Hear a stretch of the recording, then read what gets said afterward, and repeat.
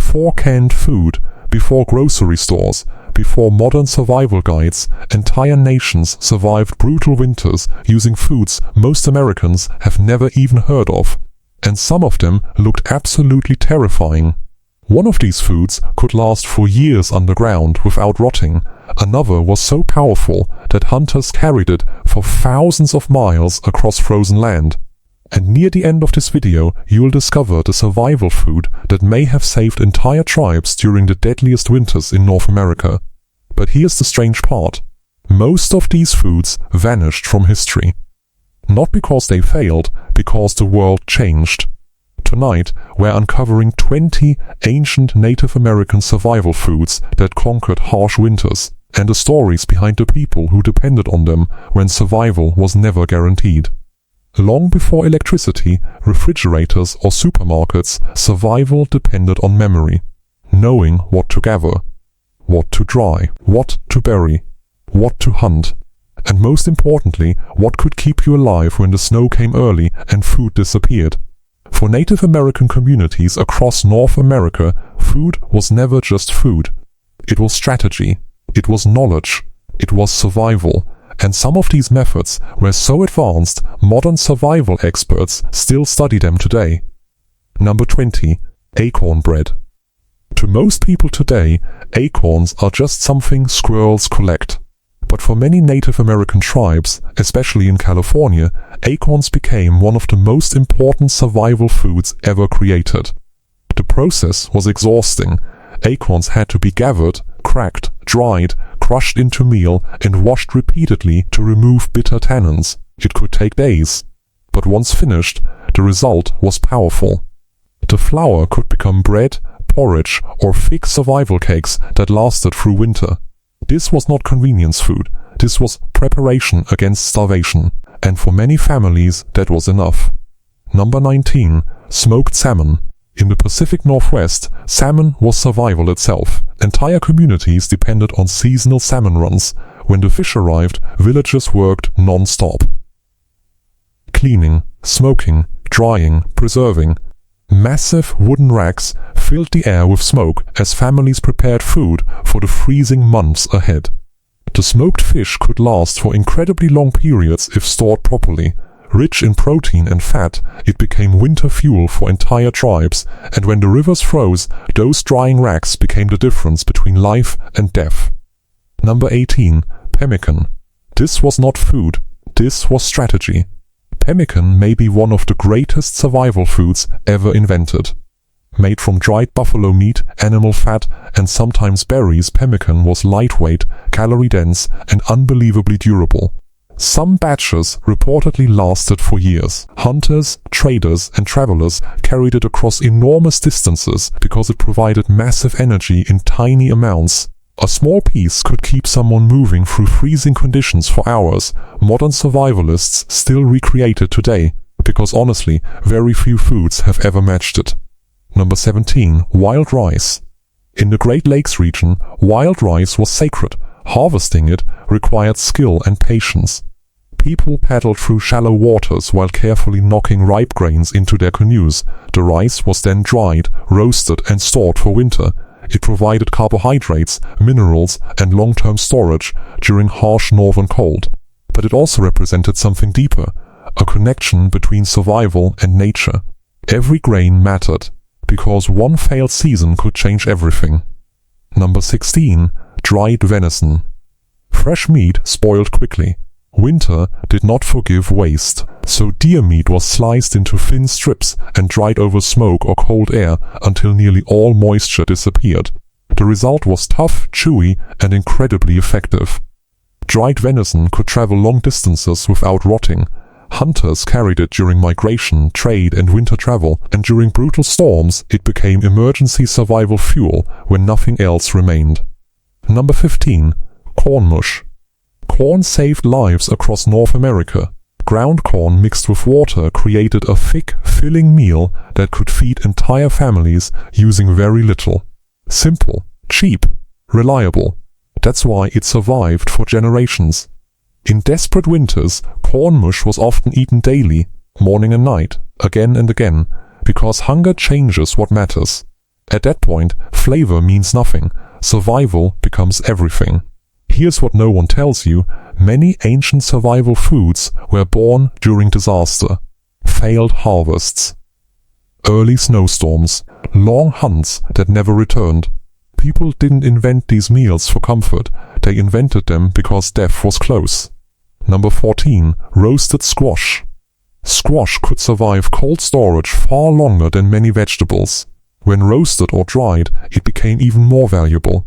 Some tribes stored squash slices for winter stews and emergency meals. It added nutrients during seasons where fresh food disappeared completely. And in freezing conditions, even something simple like squash could become hope. Number 13. Maple sugar cakes. Before processed sugar existed, some Native American communities mastered maple syrup production, but syrup alone spoiled too easily, so it was boiled further into thick sugar cakes that could last far longer. These hardened cakes became portable energy sources during winter travel. Sweet, dense, long-lasting. It was one of the earliest survival snacks in North American history. Number 12. Hominy. This strange-looking food changed survival forever. Corn kernels were soaked and treated using an ancient process called nixtamalization. The result? A softer, more nutritious food that stored well and filled stomachs during harsh conditions. Many historians believe this process prevented severe nutritional deficiencies. Without it, entire populations may have suffered catastrophic illness during winter scarcity. Number 11. Seal oil. In Arctic regions, survival demanded extreme solutions. Seal oil became one of the most important foods for northern indigenous communities. It provided concentrated calories and fat during deadly cold. People dipped dried meat into it, mixed it into meals, used it constantly. To outsiders, it may sound strange, but in sub-zero winters, fat meant survival. Number 10. Cattail roots. Most people walk past cattails without realizing they were once emergency food sources. The roots could be harvested, dried, and ground into flour.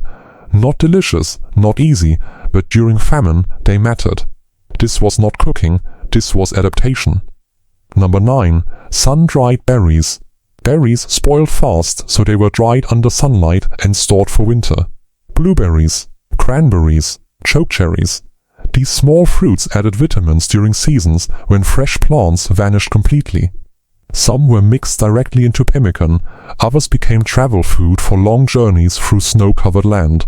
Number 8. Bone broth. Nothing was wasted. After hunts, bones were cracked and boiled for hours, sometimes days. The broth extracted nutrients, fat, and minerals that would otherwise disappear. During harsh winters, hot broth warmed the body and stretched limited supplies further. One animal had to feed as many people as possible, because survival demanded efficiency. Number 7. Jerky. Long before convenience stores sold beef jerky in plastic bags, native communities mastered meat preservation. Thin strips of buffalo, elk, or deer meat were dried carefully over smoke and wind. Portable, durable, reliable. Jerky became essential during travel and war, and during freezing migrations, it often kept entire groups alive. Number 6. Pine needle tea. Scurvy destroyed many populations during long winter, but some Native American communities already understood something important. Pine needles could be steeped into tea rich in vitamin C. Simple knowledge. Massive impact. Sometimes survival depends less on strength and more on knowing what others ignore. This is where things change. Because some survival foods weren't just practical, they were psychological. Warm meals, sweet flavors, shared cooking.